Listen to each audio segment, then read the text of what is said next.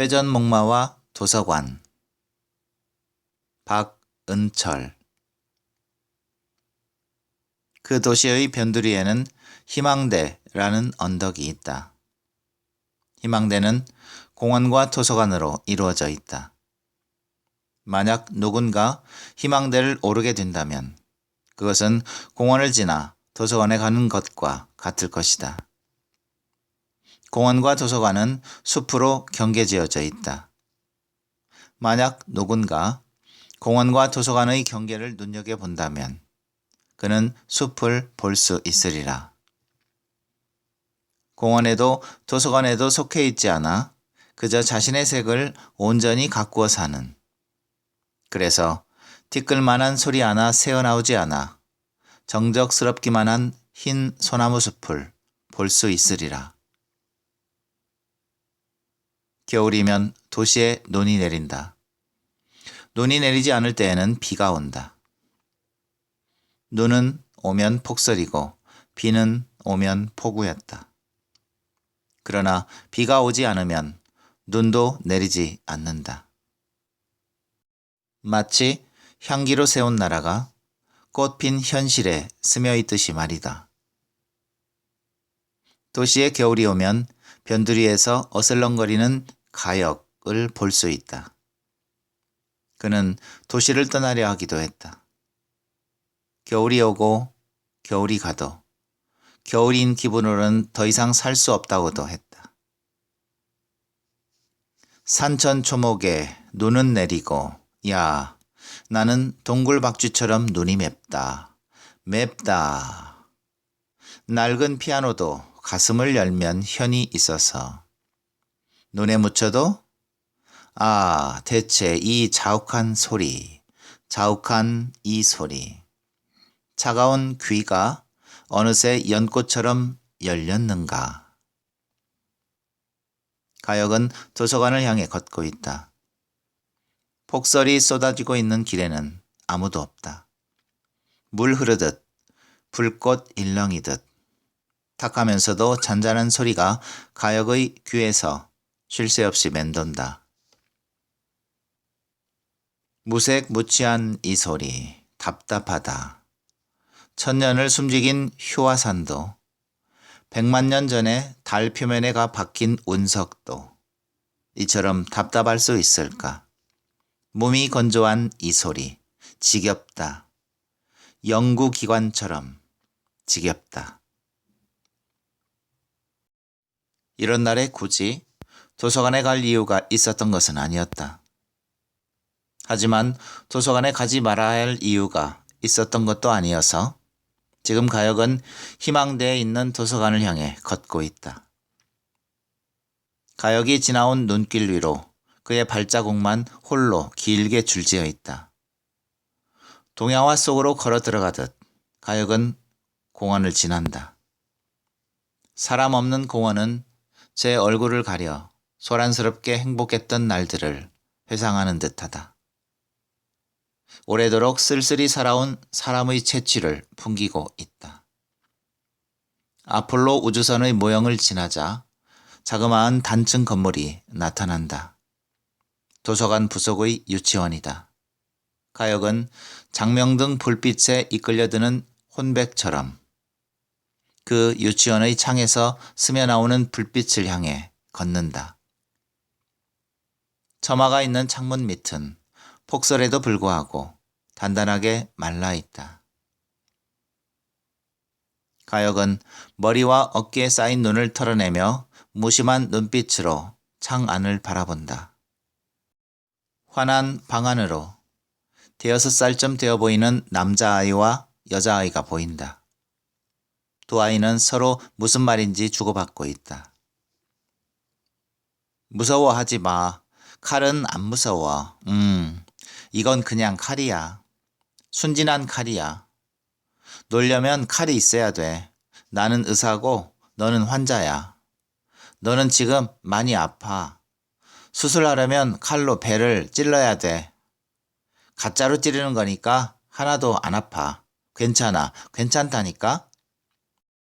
난 안 아파. 안 아프다니까? 나 환자 안 할래. 나보고 아프다고 하지 마. 너가 자꾸 그러니까 정말로 아픈 것 같아. 슬퍼지고 눈물이 나잖아. 너가 환자하고 내가 의사하고 너가 아프면 안 돼? 아무렇지 않은데 자꾸 그러니까 뱃속에서 더러운 게 막 자라는 것 같잖아. 여자아이는 허리까지 따내린 머리카락을 흔들며 싫다는 의사인지 연신 도리지를 치고 있다. 남자아이가 칼쥔 손을 신경질적으로 흔들어댄다. 안 돼. 그렇게 놀면 안 돼. 우리 아빠가 그랬어. 칼은 남자 거라고. 너는 여자이니까 안 돼. 여자는 칼에 잘 다친단 말이야. 너 진짜로 다쳐서 아프면 어떡할래? 그러니까 내가 의사해야 돼. 너한테는 진짜 칼이고 나한테는 장난감이란 말이야. 놀기 싫으면 관둬. 누가 안 논대? 놀 거야. 놀게. 화내지 마. 여자아이가 머뭇거리며 바닥에 눕는다. 작은 원피스를 가슴께까지 끌어올리고는 눈을 감는다. 예, 아프게 하지 마. 아프게 하면 안 할 거야. 앞으로 너하고 놀지도 않을 거야. 너는 왜 자꾸 거꾸로 말해? 지금 너는 무지무지 아픈 거야. 환자란 말이야. 의사인 내가 고쳐줘야지 안 아프게 되는 거야. 이제 가혁은 커다란 호기심을 갖고 두 아이의 놀이를 지켜본다. 가혁의 뒤로 눈발이 장막처럼 펄럭이고 공원은 유치원의 불빛에 의해 더욱 어두워 보인다. 갑자기 남자아이의 놀란 목소리가 들려온다. 큰일 났습니다. 뱃속에 아기가 들어있는데 어떡하죠? 2명이나 들어있어요. 둘이 지금 막 싸우고 있어요. 그래서 배가 아픈가 봐요. 빨리 한 명을 꺼내야겠어요. 저 의사 선생님, 싸움을 말리고 둘 다 꺼내면 안 될까요? 남자아이는 자신의 입을 여자아이의 배에 붙이고 작은 소리로 속삭인다. 그리고는 걱정스러운 표정으로 여자아이를 바라본다. 안 되겠는데요. 계속 싸우기만 합니다. 그럼 어떡하죠? 의사 선생님, 배가 너무 아파요. 둘 중에 한 명을 꺼내야겠어요. 배가 터지기 전에. 2명인데 어떤 애를 꺼내죠? 둘 중에 큰 애를 꺼내죠. 뭐 더 잘 자랄 테니까. 작은 애가 불쌍하잖아요. 그럼 작은 애는 어떻게 해요? 가혁은 창밖에 붙어 서서 미동도 하지 않으며 그들의 대화를 엿듣고 있다. 처마에 쌓였던 눈이 제 무게에 녹아 떨어진다. 눈 녹은 물의 지루한 추락이 되풀이된다. 가혁은 그 추락에 박자를 맞추듯 천천히 자신의 생각 속에 몰입되어 간다. 저 두 아이의 놀이는 내가 들은 바 있는 우화와 흡사하다. 그것을 다시 떠올린다는 것은 슬픈 일이다. 시간의 장엄 속에 갇힌 모든 존재의 슬픔이 이런 것인가. 어떤 인간이라도 어머니의 태반 속에 있을 때는 쌍둥이였다고 한다. 우주 안에 전적으로 같은 것은 하나도 없으며 극대의 세계에서도 극미의 세계에서도 항상 모든 힘은 균형이 깨어져 있게 마련이다. 균형과 불균형은 서로 다른 차원에서만 상호 보완적인 관계를 수립한다. 그러나 현재 이곳 이상의 차원은 아무도 확신할 수 없다. 쌍둥이가 완전한 닮은 꼴이 아니라는 것. 거기에서 비롯된 운명의 어두운 측면이 어느 차원에서 상보되고 있는지 그것은 현 존재의 양태로서는 파악할 수 없다. 확실한 것은 두 아이 중 한 아이는 힘이 세고 다른 한 아이는 힘이 약하다는 것이다. 여자아이는 배를 움켜쥐고 방바닥을 구르고 있다. 남자아이는 한 손에 칼을 든 채 아무 표정 없이 여자아이를 바라볼 뿐이다. 유치원 밖 공원에는 남자아이의 침묵만큼이나 소리 없이 잿빛 눈이 내리고 있다. 아주 작은 차이일지라도 그 힘의 차이는 두 아이의 태반 속에서의 지속적인 관계 맺음에 의해 운명을 바꿀 수 있을 만큼 충분히 증폭되어진다. 한 탯줄에 연결된 두 아이는 어머니에게서 보내지는 양분을 나누어 가져야 한다. 그러나 문제는 강한 자에게 있어서 평등은 항상 불만스러운 것이라는 데 있다. 태반 속의 강한 아이는 결국 더 이상 그 평등한 관계를 용납할 수 없게 되고 약한 아이에게 싸움을 걸기 시작한다. 약한 아이는 모든 감정을 압도하고도 남은 힘, 즉 생명의 의지에 끌려 비굴할 정도의 애교를 한다. 그러나 그 행위는 강한 자에게 자신의 힘을 확인시켜주는 계기가 될 뿐이다. 전락한 자의 모습은 그 상처 입은 짐승의 애걸은 강한 자의 잔인성에 면죄부를 발급하는 것과 같다. 전락한 자는 더 이상 강한 자와 같은 종류의 인간이 아니기에 강한 자로부터 어떤 동정도 얻어내지 못한다. 적자 생존의 이기심에 의해 약한 아이는 살해되고 만다. 살인의 대가로 강한 아이는 모든 것을 독차지한다. 이제 그는 살인의 기억을 잊은 채 세상으로 나간다. 행복하고 아름다운 삶이 펼쳐지는가? 천만의 말씀이다. 저주를 받은 카인이 그러하듯 그는 고통과 환난의 삶에 직면하게 된다. 기억 이전의 사건, 태반 속에서의 살인이 바로 원죄였던 것이다. 인간은 인간 이전부터 살인자였으니 평생 자신의 죽음과 맞닥뜨리기 전까지는 그 살인의 기억, 즉 원죄로부터 자유로울 수 없다. 가역은 창백한 백열 전등이 꼭 창문 크기만큼 비쳐나는 곳, 축축한 유치원의 담에 비스듬히 기대어 있다. 그는 마치 눈의 장막과 유치원의 불빛 사이에 갇혀 있는 것처럼 보인다. 무척이나 불편한 자세와 침울한 표정의 가역은 방 안으로 가끔씩 눈을 주고는 다시 자신의 생각에 젖어든다. 죄를 지어 몸을 먹여 살리는 땅. 그렇다. 이 인간들의 세상은 거인들의 땅이다. 강한 자만이 세상으로 나올 수 있고 누구나 살인의 기억을 갖고 있다. 살인의 맛을 아는 인간들이 사는 땅. 지금 이 순간도 누군가의 목을 은밀히 노리고 사는 인간들. 조금씩이거나 한꺼번에 서로를 죽이고 있는 인간들. 그렇다. 이곳은 거인의 땅이다. 거인의 논리만 살아남는 땅이다. 예전엔 마치 꿈속에서도 꿈꾸지 못했던 이 기막힌 죄악들. 나는 나의 이 더러운 힘이 싫다. 죄가 힘이 되는 이 땅이 싫다. 가역은 힘없이 창문에서 돌아선다. 눈은 여전히 자욱하게 내리고 있다. 그 깊은 회색의 공간 속 어디쯤에선가 누군가 누구를 부르는 듯 자욱하게 눈이 내리고 있다. 흰 소나무 숲을 지나야 도서관의 정문으로 갈 수 있다. 흰 소나무 숲을 향해 걸어 들어가는 가역의 초라한 뒷모습이 보인다. 숲의 중앙으로는 작은 오솔길이 나 있고 길의 좌우에는 드문드문 수은등이 켜 있다. 숲의 가장 깊은 곳. 숲의 입구에서 도서관까지의 거리에서 절반이 되는 곳에는 유달리 큰 흰 소나무가 있다.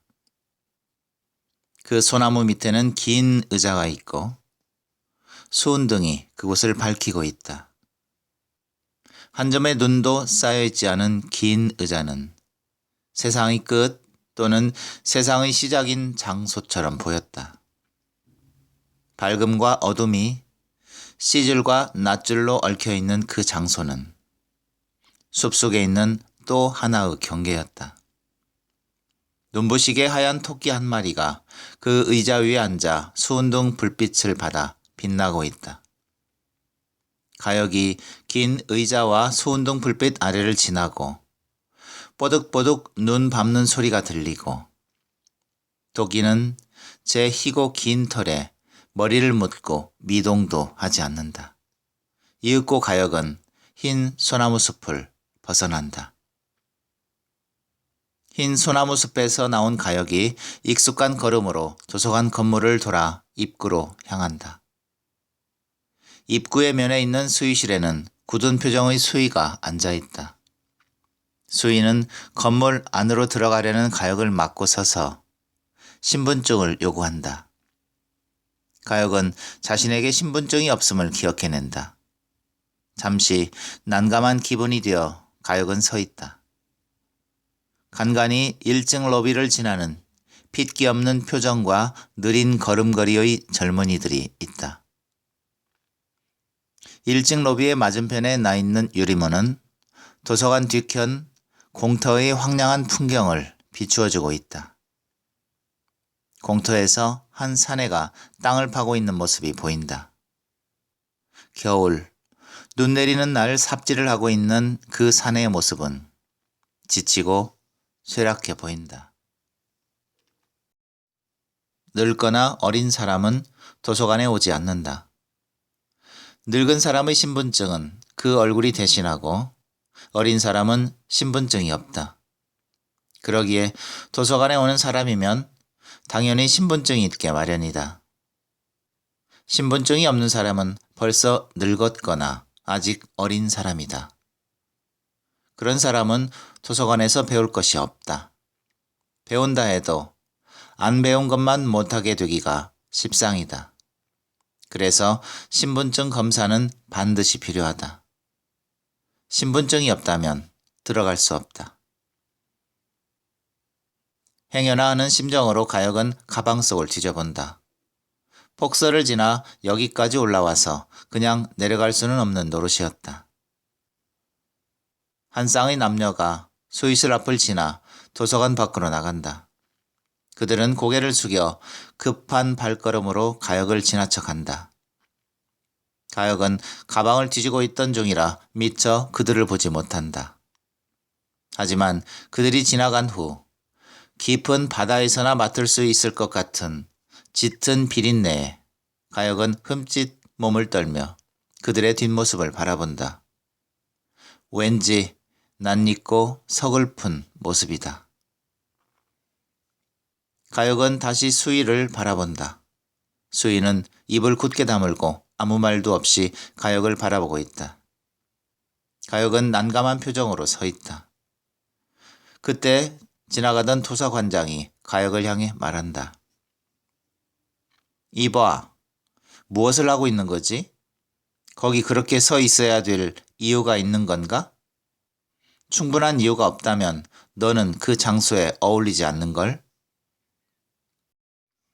등이 약간 굽고 작은 키를 가진 도서관장은 나이에 어울리지 않은 금속성의 목소리를 갖고 있었다. 지금 나는 한 놈의 목을 조르고 오는 중이야. 변기에 앉아 울고 있는 걸 내가 찾아냈지. 어울리지 않은 모습이었어. 어쨌든 변기의 목을 조를 수는 없잖아. 그러고 보면 인간은 참 쉬워. 너무 물렁해. 주위와 어울리지 않는 모습으로 있는 인간은 해치우기가 더욱 쉽지.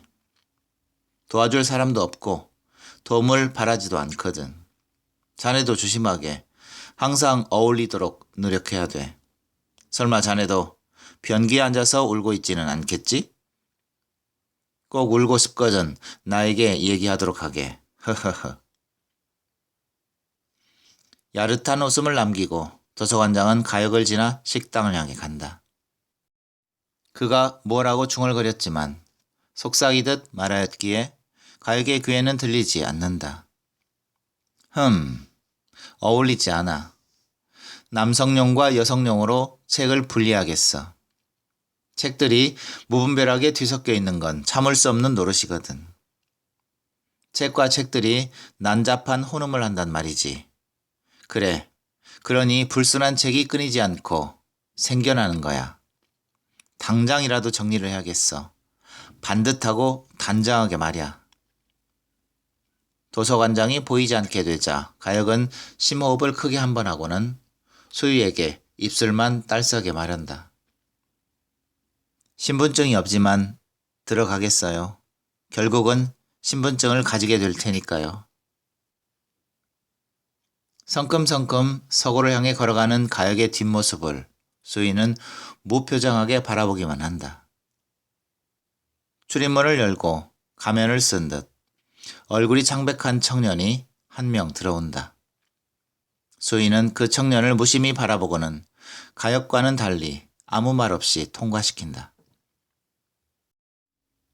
가혁이 서고로 들어가고 있다. 서고에 들어갈 때마다 가혁은 무수한 발자국이 찍혀있는 메마른 모래밭을 쓸쓸히 걷고 있는 기분을 느끼곤 한다. 서고는 DDC 분류표에 의해 서가로 나뉘어져 있고 입구에서부터 길이로 끝까지 000번에서 900번까지의 서가가 줄지어 늘어서 있다. 가혁은 총류에서 시작해 철학을 지나 과학을 거쳐 예술까지 산책을 하듯 느릿한 걸음으로 걸어간다. 가혁에게는 읽고 싶은 책과 읽어야 될 책과 읽어서는 안 될 책들 모두가 너무 많았다. 그리고 쉽게 그 책의 성질을 판단하기 어려운 책들은 더욱 많았다. 도대체 책에 대한 판단은 아무런 효용이 없을 듯도 싶었다. 책들은 항상 서로 다른 주장을 하고 있기 때문이다. 결국 서로 적이 아닌 책은 한 권도 없었다. 책을 통한 인간들의 대리전이었다. 남자와 여자가, 관념론과 실제론이, 신비주의와 합리주의가, 기독교와 불교 그리고 도교가, 자본주의와 공산주의가, 히포크라테스와 화타가, 파동과 에너지가, 뉴턴과 하이젠베르크가, 현재와 과거 그리고 미래가, 이회수와 박노해가, 동양과 서양이 저마다 활자를 들고 싸우는 난타전이었다. 아마겟돈의 언덕에는 도서관이 세워질 것임에 틀림없다. 가혁이 800번 서가에 다다랐을 때이다. 가혁은 서고 끝에 서가와 벽 사이의 어슴푸레한 어둠 속에 누군가 있음을 알게 된다. 쪼그리고 앉아있는 양자의 왼손에는 책이 들려있고 오른손은 풍성한 치마에 가려 보이지 않는다. 가혁은 그녀가 지금 무엇을 하고 있는지 곧 눈치챈다. 애써 억누르고 사는 자신의 더러운 욕망이 어이없게도 지금 눈앞에 보이고 있는 것이다. 양자는 가쁜 숨을 몰아쉬며 책장을 넘기는 속도를 빨리한다. 가혁은 숨을 죽이며 그 광경을 지켜보고 있다. 얼마 후 가혁은 왼손과 오른손의 움직임이 이질적임을 알게 된다. 왼손은 분노의 힘으로, 오른손은 슬픔의 힘으로 움직이고 있었다. 그리고 책을 보며 하는 자유행위라면 당연히 책장을 넘기는 왼손의 움직임에 따라 오른손이 움직여야 할 텐데 그렇지가 않았다. 그녀의 경우는 오른손이 앞서 움직인 후 흥분에 사로잡힌 동작이 아니라 차갑고 기계적인 동작으로 왼손이 움직이고 있는 것이다. 뭐라고 할까? 쾌락에 대해 가지는 두 가지 양상의 감정, 즉 본능적인 추구와 죄의식에 의한 거부 속에서 그 해결책으로 보이는 어이없는 행동을 하는 것이라고나 할까? 강제로 놀이를 노동화시키고 노동을 놀이화시키는 그 광경은 가혁에게 슬픔과 분노의 두 감정을 동시에 일으켰다. 그렇다면 저 책은 노골적인 성묘사가 들어있는 잡서이기는커녕 순수 이성 비판이나 논어쯤 되는 책이리라. 양자의 움직임이 커지며 그녀의 긴 머리가 바람에 흔들리는 뼘잎처럼 물결친다. 뼘잎의 바다 위로 흰나비가 팔랑인다. 높게 부는 바람은 플라타나스 잎을 우 뒤집어 길고 흰 치맛자락이 찰랑인다. 조용히 이를 악문 듯한 말소리가 들린다. 명확하게 뚝뚝 끊어지면서도 거친 그 소리는 가역을 뚫고 지나가듯 걸러져 가역에게 쌓이듯 가역은 그 소리에 이미 천년을 산 듯 태어나는 고통, 사는 고통, 죽는 고통, 고통이 밀물치다 썰물되어 물러나는 곳, 폐허의 갯벌을 그만큼의 바다를 품어 바라보듯 가역은 듣고 있다. 오래된 장난감 피아노가 가졌을 법한 녹슨 현의 그 소리를. 하나의 유령이 배회하고인 모든 사회와 역사는 계급투쟁의 역사, 부르주아지는 시인을 임금 노동자로 전환시켜 민족적 편향성과 편협성은 불가능 하나의 세계 문학이. 가역은 점점 자신의 몸이 물젖은 솜처럼 무기력해지며 무거워지고 있는 것을 느낀다. 미세한 슬픔과 분노의 층이 번갈아 쌓이고 아랫배로 흘러들어 고이며 그 무게로 움푹 갈비뼈를 당기는 것 같다. 양자의 얼굴 표정도 가역과 마찬가지로 슬픔인지 분노인지 알 수 없는 감정으로 잔뜩 일그러져 있다. 가역은 두 팔을 벌려든다. 마치 육중한 날개가 메어 달린 듯 힘겹게 두 팔을 들고 서 있다. 슬픔으로 보이면 슬퍼 보이고 분노로 보면 증오로 가득 차 있는 저 여인을 누구도 보아서는 안 된다. 살아있는 것들도 죽어있는 것들도 빈 공간조차도 저 여인에게서 눈을 돌려야 한다. 그녀는 제 무게를 스스로 가늠하고 혼자 힘으로 지탱해야 한다. 만약 불순한 시선이 닿는다면 그녀는 이미 그 자리에 없을 것이다. 중력을 견딜 사이도 없이 결과를 얻을 수도 없이 과거에서 과거로 회기만을 거듭하는 암담한 미래로 남게 될 것이다. 나도 그녀를 보지 않을 것이다. 내가 슬픔이면 그녀는 분노이고 그녀가 슬픔이라면 내가 분노이기 때문이다. 양자에게서 뒤돌아서 있는 가역은 계속해서 들려오고 있는 그 황량한 소리를 쓸쓸하게 듣고 있다. 부르주아지의 몰락과 프로레타리아트의 승리는 불가피한 것, 부르주아, 과거가 현재를 지배해 공산주의, 현재가 과거를 지배해 노동자에게는 나라가 부르주아 사회주의는 하나의 비유가 될 때 그때만은 적절한 표현을 찾을 수. 그녀가 자유행위를 하며 읽고 있는 책은 공산당 선언이었다. 가역은 비참한 기분으로 등이 꺾어지는 기분이다. 이제 그녀는 막바지에 다다라 있다.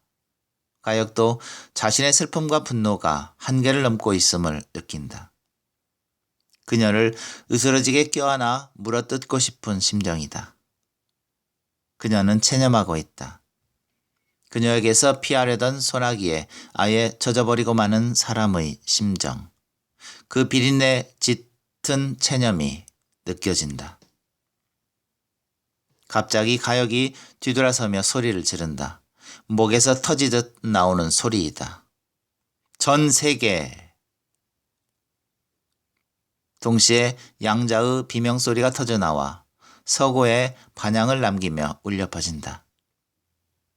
가역의 다음 말은 양자의 비명소리에 묻혀 들리지 않는다. 탈진한 듯 양자는 책을 바닥에 떨어뜨리며 힘없이 중얼거린다. 단결하라. 죽은 비둘기처럼 벽에 기대어 앉은 양자를 가역은 텅 빈 시선으로 바라본다.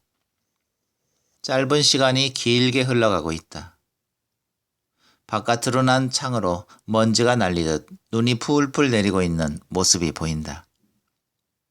양자와 가역은 서로 다른 곳에 시선을 두고 있으면서도 서로 감정을 느끼며 나누며 느끼고 있다.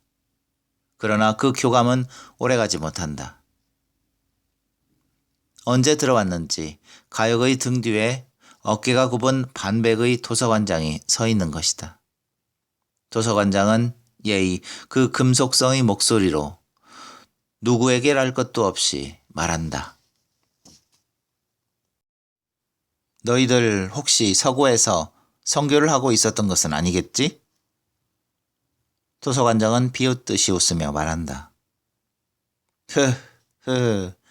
저기 있는 저 책 말이야. 흥건한 핏물을 뒤집어 쓴 왠지 불순해 보이는 저 책 말이야. 지금 너희들이 저 책을 낳아놓은 건가? 아님 저런 책을 베기 위해 너희들은 선교를 하러 도서관 밖으로 나갈 것인가? 어울리지 않아. 저 책과 너희 둘 모두 이 서구에는 어울리지 않는 것 같아. 그래서 나는 손이 뻐근한 게 근질거린데 말이야. 시든 풀잎처럼 서가에 기대어 앉아있던 양자가 일어나 도서관장에게서 시선을 떼지 않고 서구 출입구를 향해 걸어간다. 누구에게 향한 것인지 알 수 없는 작은 목소리로 중얼거린다. 지금은 도서관이 세워져 있는 이 자리는 공원이었다죠? 공원 안에서도 가장 아름다운 곳으로 휴양한 회전목마가 있었는데 그 모두를 흙으로 덮어묻고 도서관이 세워졌다죠. 분명하지는 않지만 아주 어렸을 때, 그러니까 제 키가 5월의 억새만큼이나 했을 때였었던 것 같아요. 어느 날인가 우리들은 그 회전목마를 구경하러 희망대에 왔었던 것 같아요. 너무 아름답고 그것은 무지갯색으로 찬란히 빛나며 경쾌한 음악과 함께 돌아가고 있었어요. 성스러워 누구도 감히 그것을 타보지 못했어요. 아니 어쩌면 우리 모두 그것을 타고 신나게 놀았는지도 몰라요. 하지만 가끔 아련히 기억나는 것은 아무도 타지 않은 파스텔빛의 회전목마였어요. 저는 간절히 그 기억 속으로 들어가 회전목마를 올라타고 싶었어요. 번번이 실패했죠. 말을 마친 양자는 아무 일도 없었다는 듯이 서고 밖으로 나간다. 도서관장은 양자의 뒷모습을 힐끗 바라보고는 가역을 지나 핏물에 잠겨있는 그 얇은 책을 향해 걸어간다. 어울리지 않아. 이놈 봐 이거. 잔뜩 발기에 있잖아. 더러운 순놈. 내 우아한 책들을 이렇게 숨어서 강간하고 있었나? 그랬는가? 너 같은 것은 남김없이 활자를 뽑아버려야 돼.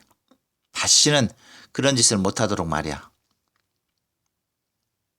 도서관장은 쪼그리고 앉아 그 책을 한 장 한 장 찢어나간다. 가역은 자신이 도서관장의 행동을 저지할 힘도 의지도 없음을 알고 있다. 살인자의 땅에서는 그 무엇도 의미를 가질 수 없다. 그의 악과 나의 악이 어떤 차이가 있겠는가?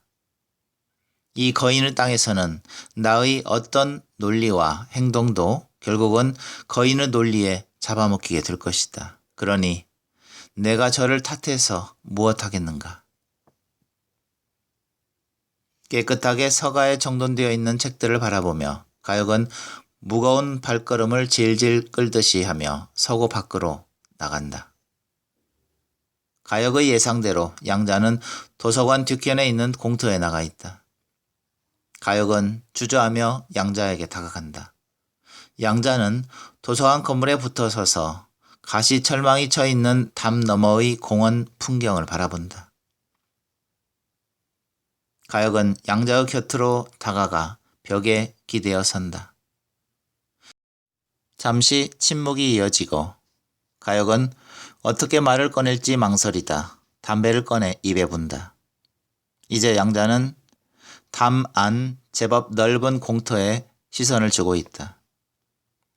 깊거나 얇고 넓거나 좁은 흙구덩이들이 무질서하게 여기저기 패여 있다. 한 사내가 머리와 어깨에 쌓이고 있는 눈에도 아랑곳 없이 삽질을 하고 있다. 당신이 무사히 나올 줄은 몰랐어요. 혹시 도서관장의 가랑이 사이로 기어나온 것은 아니었나요? 스스로 자신을 위로하며 합리화하며 걸어 나오기가 부끄럽지 않았나요? 적반하장이라고요? 아니에요. 당신이 서구에서 본 광경은 나의 과거가 아니라 나의 미래니까요. 아니면 당신의 과거일지도 모르죠. 어쨌든 저는 아무렇지도 않아요. 양자는 공터에서 시선을 거두지 않고 툭툭 내뱉듯이 말해 나간다. 저의 내밀한 모습을 당신이 보았다고 해서 저를 어찌할 수 있다고 생각하면 저는 당신을 개라고 생각한답니다. 그 서구 안에서 아님 지금 밖으로 걸어 나오면서 당신은 어떤 생각을 했을까요? 저항 이데올로기는 지배 이데올로기와 같이 동전의 양면이다. 그 동전의 이름은 억압이다. 이 여인은 성적 정치적으로 이중의 억압 속에 있다. 그래서 이 여인은 슬프게도 놀이와 쾌락을 노동과 고통으로 전환시키고 있다. 억압에서 탈출하기 위해 이런 생각을 했다면 당신은 어쩔 수 없는 개에 불과해요. 다시 말하지만 아무 일도 일어나지 않았어요. 언젠가 일어날 수도 있는 일인지도 모르지만 양자는 거칠게 말을 맺는다. 조용히 듣고 있던 가역은 왠지 왜소해 보이는 그녀의 옆 얼굴을 바라보고는 무수한 눈송이가 쏟아지는 허공으로 시선을 돌리며 말을 꺼낸다. 그렇지 않습니다. 제가 다시 서구로 돌아간다면 여전히 당신은 그곳에서 자유행위를 하고 있을 겁니다. 저는 또다시 분노이며 슬픔인 야릇한 감정을 느낄 테고요. 한 번 일어난 사건은 결코 없어지지 않는 법입니다. 끝까지 남아 과거에도 미래에도 그 힘을 행사합니다. 그 사건을 구성하고 있는 것들은 당신, 나, 도서관장, 그 책, 그리고 그 장소와 시간에 있는 모든 사물들, 먼지 알갱이 하나까지.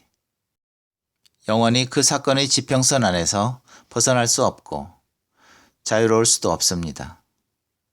열사의 우주가 되어 우주가 영원히 미동도하지 않을 때까지 말입니다. 당신이 아무리 부정해도 소용없는 일입니다. 그리고 나를 비겁하다고 단정지은 당신의 말은 맞기도 하고 틀리기도 합니다. 중요한 것은 그것을 가려 구분하는 게 소용없게 되었다는 것입니다. 나는 이미 당신의 말에 상처받았기 때문입니다. 가역의 말을 휙 낚아채듯 양자의 말이 튀어나온다. 논리로 논리를 잡아먹고 있는 당신의 모습은 참 웃기는군요. 그러니까 당신은 개일지도 모르는 거예요. 뱀과 인간의 얼굴을 번갈아 바꾸어 달며 스스로의 생각에 지치게 되면 허무 속으로 투신해버리는 당신은 아무래도 그런 인간인 것 같아요. 차라리 눈을 열어 저 사내를 보세요. 양자는 손을 뻗어 자욱하게 눈 내리고 있는 가운데 묵묵히 삽질을 하고 있는 사내를 가리킨다. 당신이 못하고 있는 아니면 진작에 불가능하다고 단정해 시도조차 하지 않은 일을 저 사내는 혼자 힘으로 하고 있어요. 가역은 눈살까지 찌푸려가며 사내를 자세히 바라본다. 삽자루를 쥐고 있는 희고 고운 손이 먼저 눈에 띈다. 가역은 자신의 굵은 손마디를 숨기듯 잠바 주머니에 찔러 넣는다. 양자가 가역 쪽으로 고개를 돌려 정면으로 뚫어지도록 바라본다. 당신은 왜 도서관에 올라와야 했는지 스스로 반문해 본 적이 있나요? 단지 책을 보기 위해서만 서고에 들어가는 당신 같은 부류의 사람들은 그런 질문을 결코 하지 않을 거예요. 당신이 머릿속에 들어차 있는 욕망들을 억누를 수 있을까요? 스스로 도서관 혹은 책의 은유를 읽어낼 수 있을까요? 그 은유를 제가 말해준다고 해도 이해할 수 있을까요? 당신의 공허해 보이는 눈동자가 저를 슬프게 하는군요. 저의 말을 듣고는 있나요? 도서관은 회전목마를 억눌러 돌지 못하게 하는 부정적 힘이에요. 모두들 이해하지 못하고 있어요. 모든 책들이 제자리에서 꼼짝도 하지 말아야 한다고 생각하는 거죠. 그런 생각들이 쌓이고 쌓여 회전목마를 붙들고 있는 거예요. 아, 금빛의 목마는 못 박힌 듯 멈춰 있어요. 아무도 안장 위로 올라타지 않기 때문이에요. 당신의 진정한 욕망은 그 회전목마를 올라타는 거예요. 그래서 당신도 모르는 사이에 쉬지 않고 도서관에 오르는 거죠.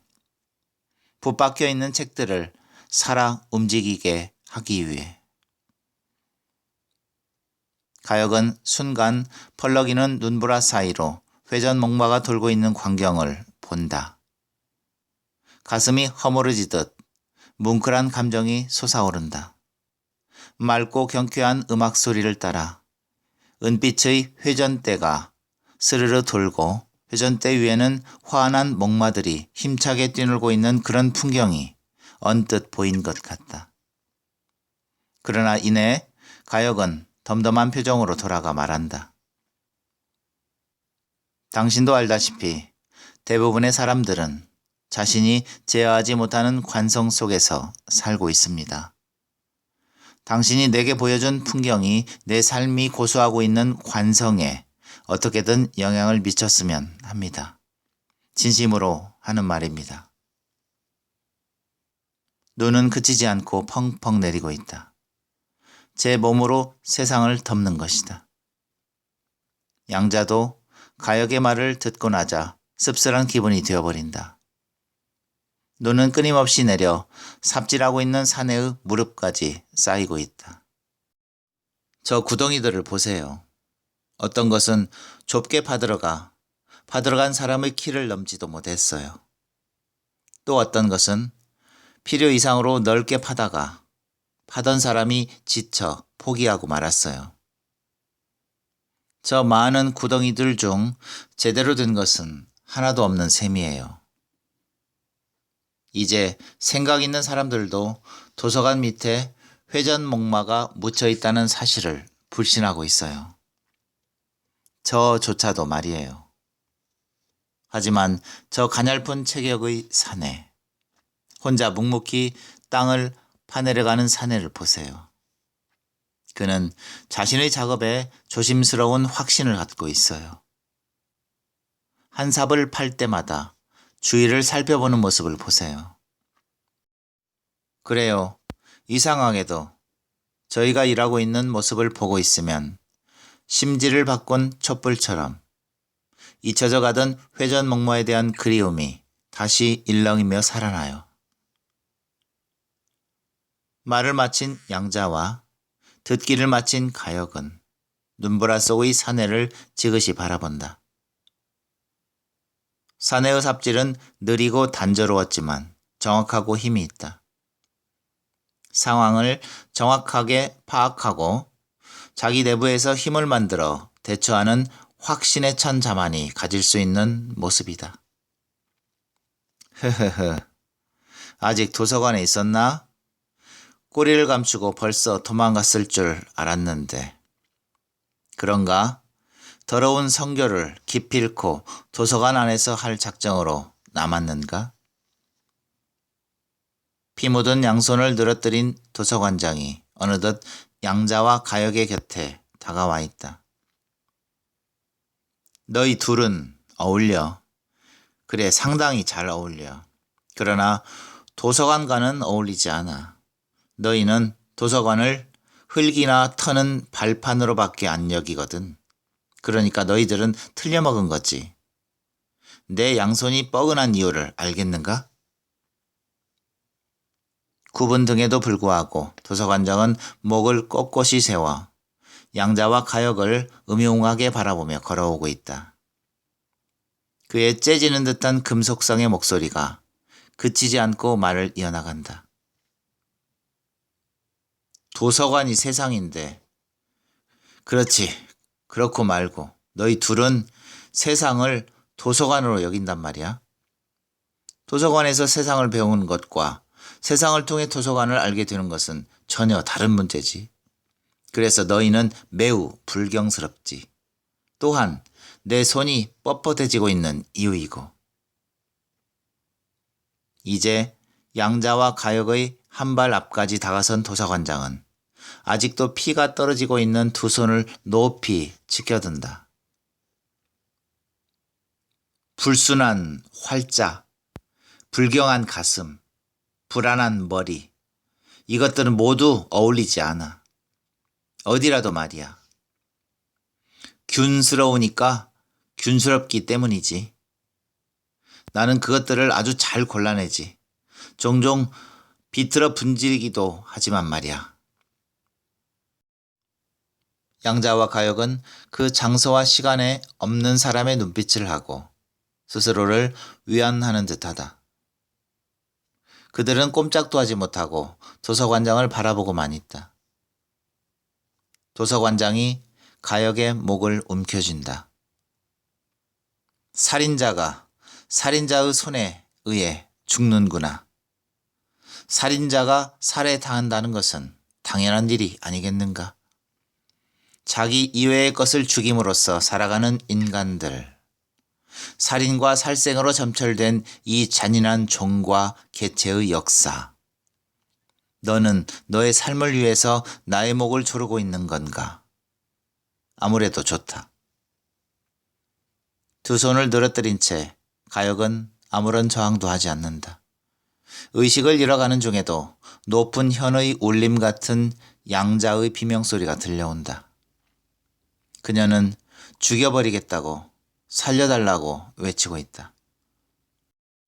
그때 구덩이를 파고 있던 사내가 달려온다. 사내는 삽을 들어 도서관장의 등을 내려 갈긴다. 움찔한 도서관장은 이내 아무렇지도 않은 표정으로 돌아본다. 오? 너냐? 너무 늦었는걸. 이제 때가 된 건가? 사실 나는 무척 조마조마했지. 너의 목을 쓰다듬고 싶었는데 명분이 없었거든.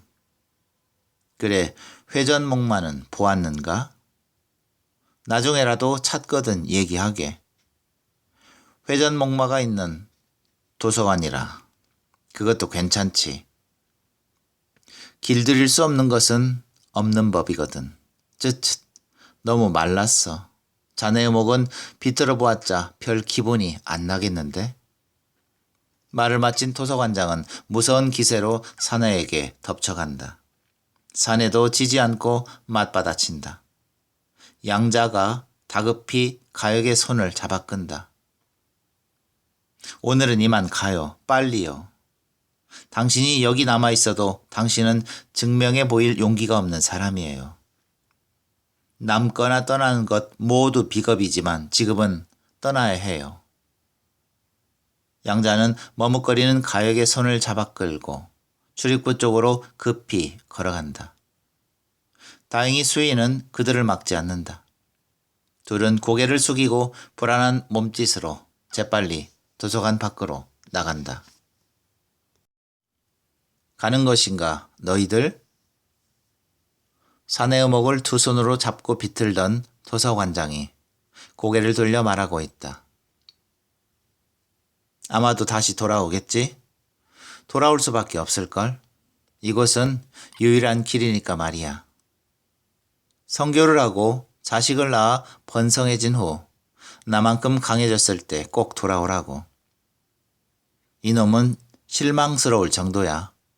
이렇게 쉬운 놈일 줄은 정말 몰랐는걸?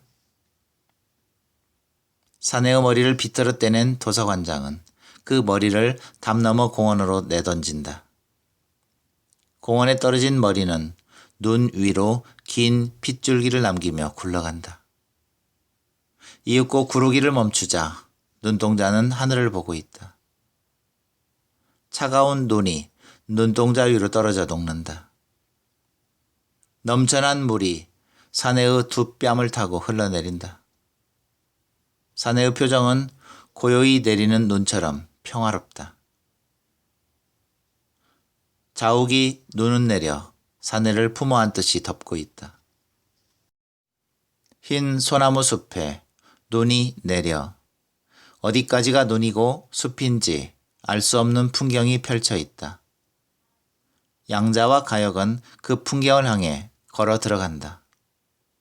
그들의 머리 위로 새처럼 나는 것이 있다. 진한 갈색의 삽자루와 은빛으로 빛나는 삼날을 가진 사내의 삽이 늙은 새처럼 흰 소나무 숲으로 미끄러지듯 날아드는 것이다. 드디어 양자와 가역도 흰 소나무 속으로 들어가 보이지 않는다. 오랫동안 눈이 내리고 양자와 가역은 흰 소나무 숲에서 나오지 않고 있다. 수은등이 있고 흰 토끼가 앉아있던 긴 의자에 그들이 잠시 머무르고 있는지도 모르겠다. 둘은 수은등 불빛 아래에서 흰 토끼를 나누어 먹고 나란히 앉아 하염없이 눈 내리는 풍경을 보고 있는지도 모르겠다. 아마 그들은 허공에 떠서 돌고 있는 회전목마를 보았을 것이다. 회전대의 수평운동과 목마의 수직운동이 만나 하나의 풍성한 세계를 이루고 이루어가는 광경에 그들은 행복했는지도 모르겠다.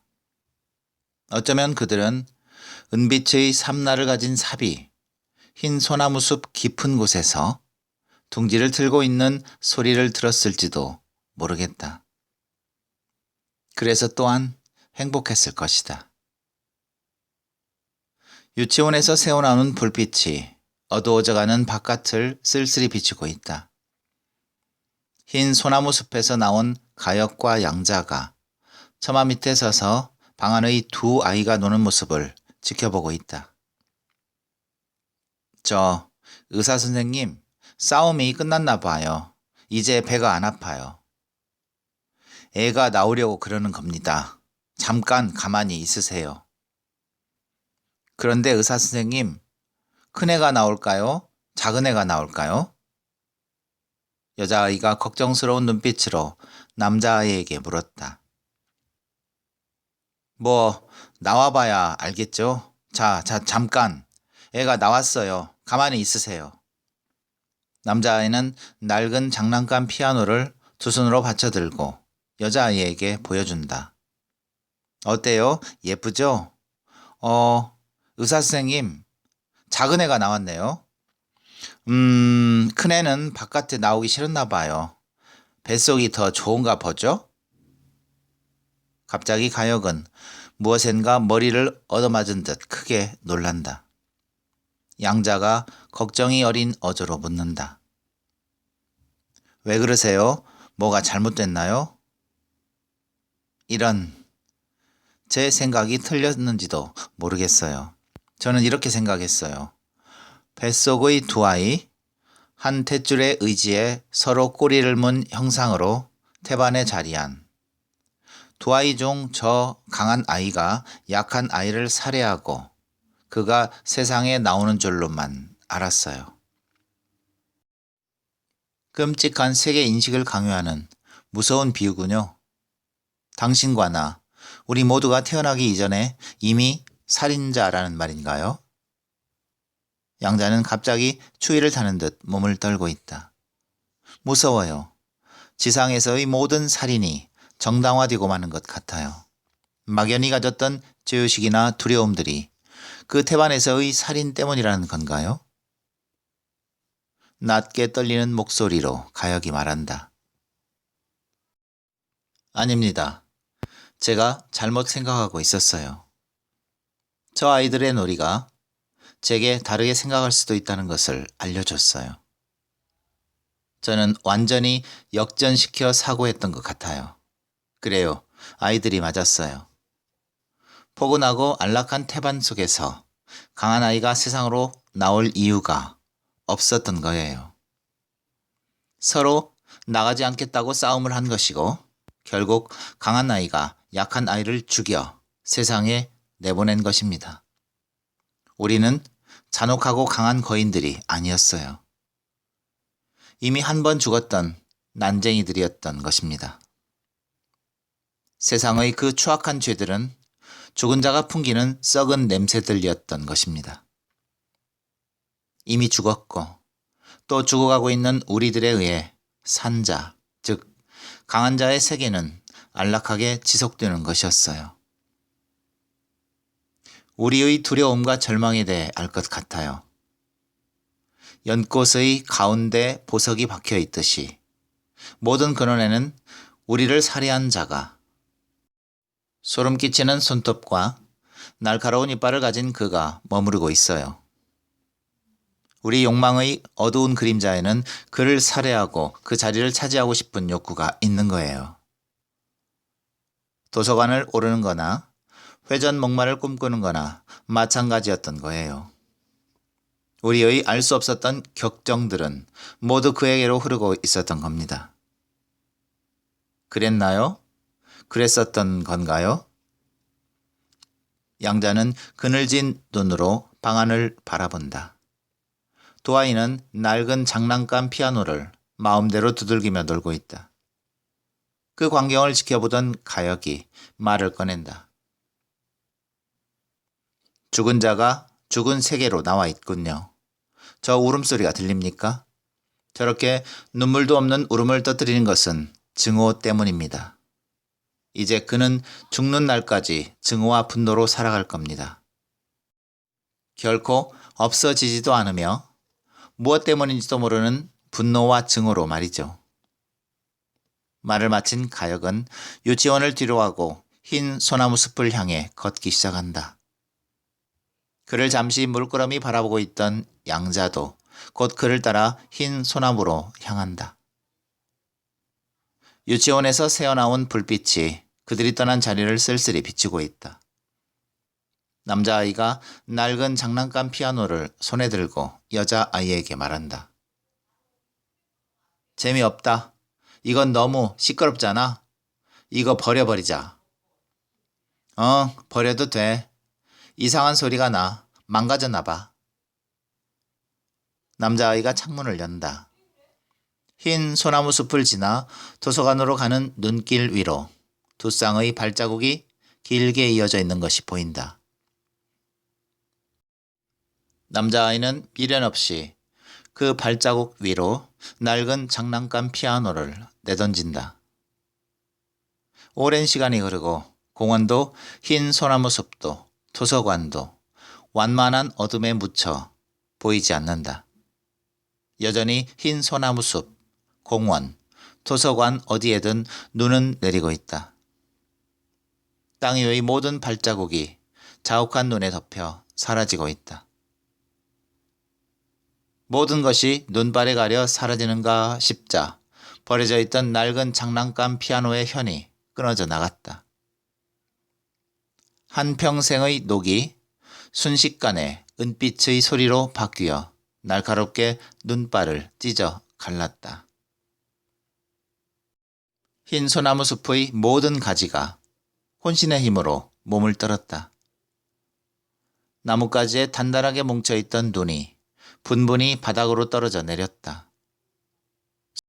숲은 쌓여있던 눈보다 더 많은 눈을 단번에 털어내고 있었다.